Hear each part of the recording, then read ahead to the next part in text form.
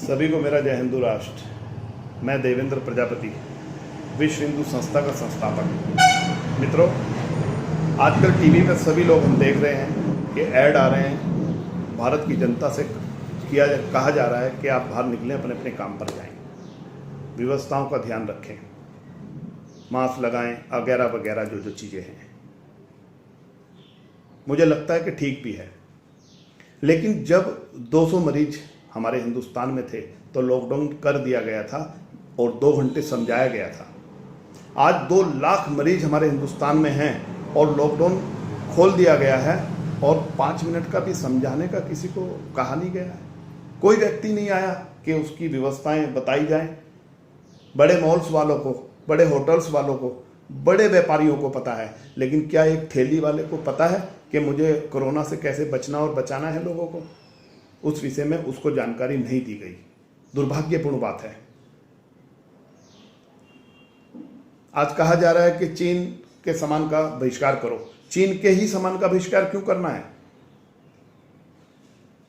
हमारे जितने भी देश हैं, जितने भी देशों का हमारे हिंदुस्तान में सामान आता है, उसका सबका बहिष्कार होना चाहिए। मैं ऐसी विचारधारा और मेरी ऐसी सोच है।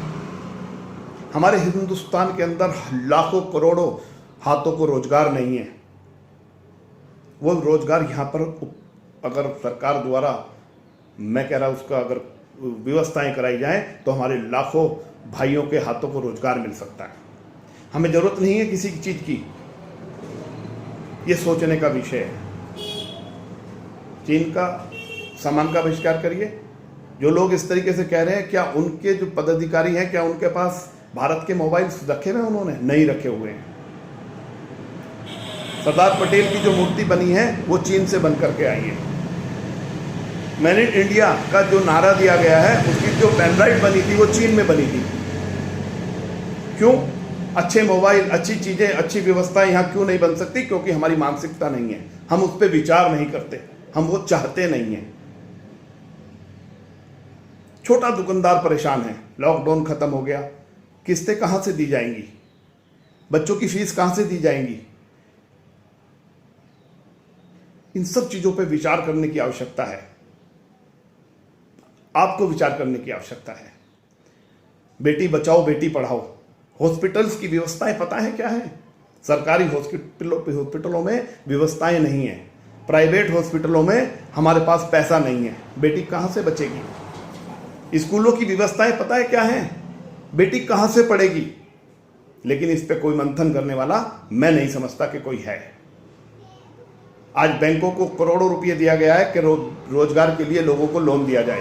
बैंक कहते हैं हमारे पास व्यवस्था नहीं है, अभी हमारे पास जियो नहीं आया। सोचने का विषय है। स्कूल में हम लोग जाते हैं, हम कहते हैं हमारी फीस ऐसे ऐसे करके माफ है, ये वो हम सरकार की योजनाएं उन्हें बताते हैं। स्कूल्स कहते हैं हमारे पास ये जियो नहीं आया। बात फीस की नहीं है। स्कूल में तो लूट बहुत पहले से हर चीज पे मच रही है। मैंने खुद आंदोलन किए हैं उन सब चीजों पे, लेकिन किसी के कान पे जून नहीं रेंगती। स्वच्छ भारत करना है। स्वच्छ भारत के लिए झाड़ू हाथ में लेकर सड़क पे फोटो खिंचवाने से स्वच्छ भारत नहीं होगा। उसके लिए आप कानून बनाइए, व्यवस्थाएं बनाइए, और उन व्यवस्थाओं में यदि किसी युवा लड़कों की, बच्चों की, पढ़े लिखे बच्चे क्लर्क के काम करने के लिए तैयार हैं, पियून के काम करने के लिए तैयार हैं, आप उनको नौकरी दीजिए।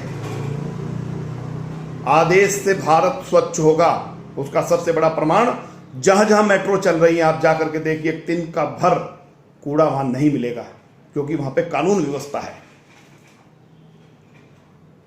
सफाई अभियान का मेजर बनाने से या झाड़ू हाथ में लेने से भारत साफ सुथरा नहीं होगा। बहुत सारी चीजें इस तरीके की हैं और इन सब चीजों पे मुझे आपसे चर्चा करनी थी। आप मंथन करिए। मेरी इस वीडियो को यदि आपको सही लगे तो इस वीडियो को आप शेयर करिए, इस पे कमेंट के भी करिए, मुझे मेरी गलती का भी बताइए कि कहां मैं गलत हूं।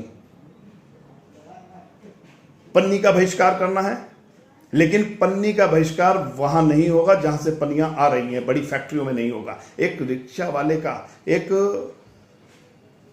ठेली वाले का 5,000 रुपए का चालान करते हुए उस अधिकारी को शर्म नहीं आती कि ये 5,000 रुपए का चालान कैसे भुगतेगा?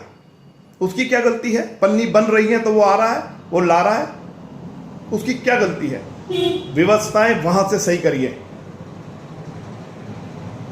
भारत चीन का सामान हम लेना बंद क्यों करें?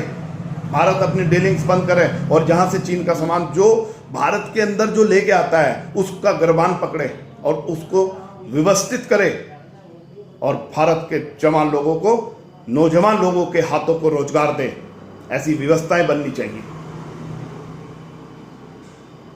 आज लॉकडाउन इतनी बड़ी महामारी, लोग संभल रहे हैं। लोग पहले भी संभल सकते थे, अब भी संभल रहे हैं। बहुत सारे देश ऐसे हैं जिन्होंने एक दिन का भी लॉकडाउन नहीं लगाया, लेकिन वहां व्यवस्थाएं सही रही।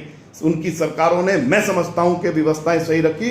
उन्होंने उन व्यवस्थाओं का पालन करके एक दिन का भी लॉकडाउन नहीं लगा।